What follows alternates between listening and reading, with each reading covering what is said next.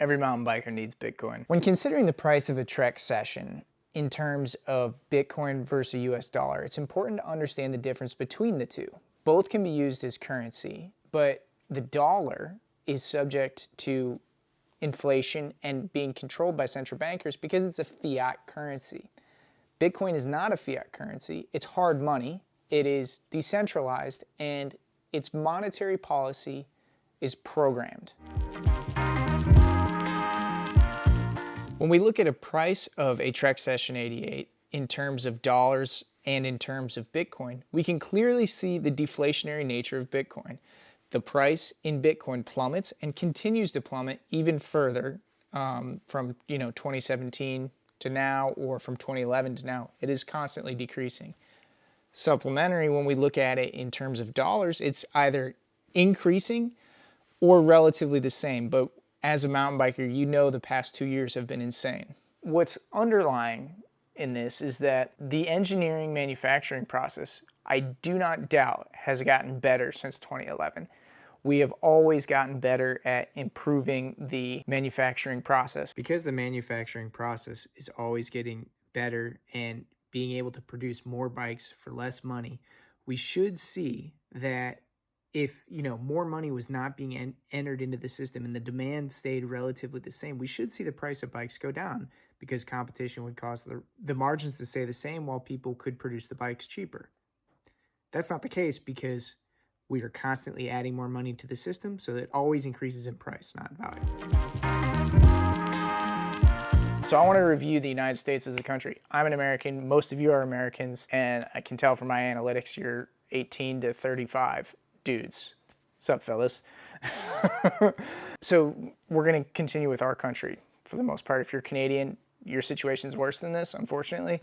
Pretty much any other country, your situation's worse than this. And I don't mean that as, hoorah, rah, America. I just mean that as we're the prettiest horse at the glue factory.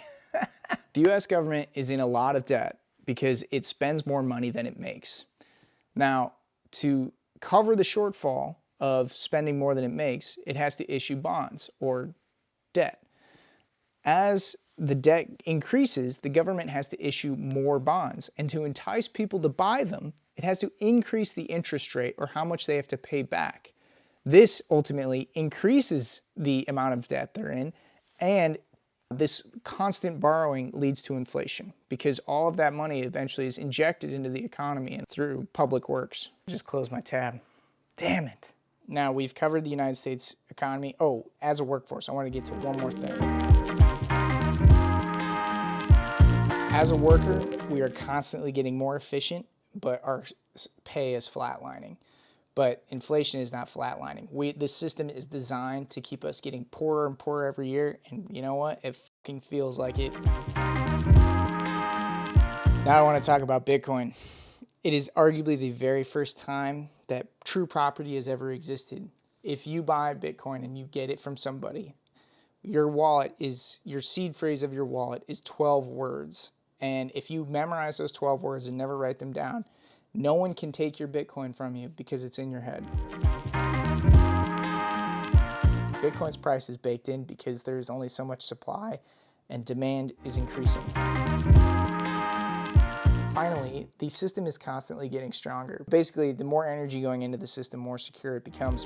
I hope that maybe I haven't educated you, but I've made you think about, what money is and, what it means for a mountain biker. Right now, we've got the industry by the balls or ball in my case. In 2020, there was a massive demand. They tried to catch up, they overbought, and then everyone got uninterested in mountain bikes, So there's this surplus right now. But in the future, mountain bike prices are never going to go down. They're just going to buy less bikes so that their margins stay high. I truly believe that if you buy, a little bit of Bitcoin now, this is not fucking financial advice, don't sue me, go yourself. But, if you buy Bitcoin now, it's going to hold its value better than $500 in the future. I really believe that. I hope that I've challenged your thinking a little bit, and I really encourage you to take a look in the description for the videos that will really educate you on why there's a massive problem, and two, why Bitcoin is the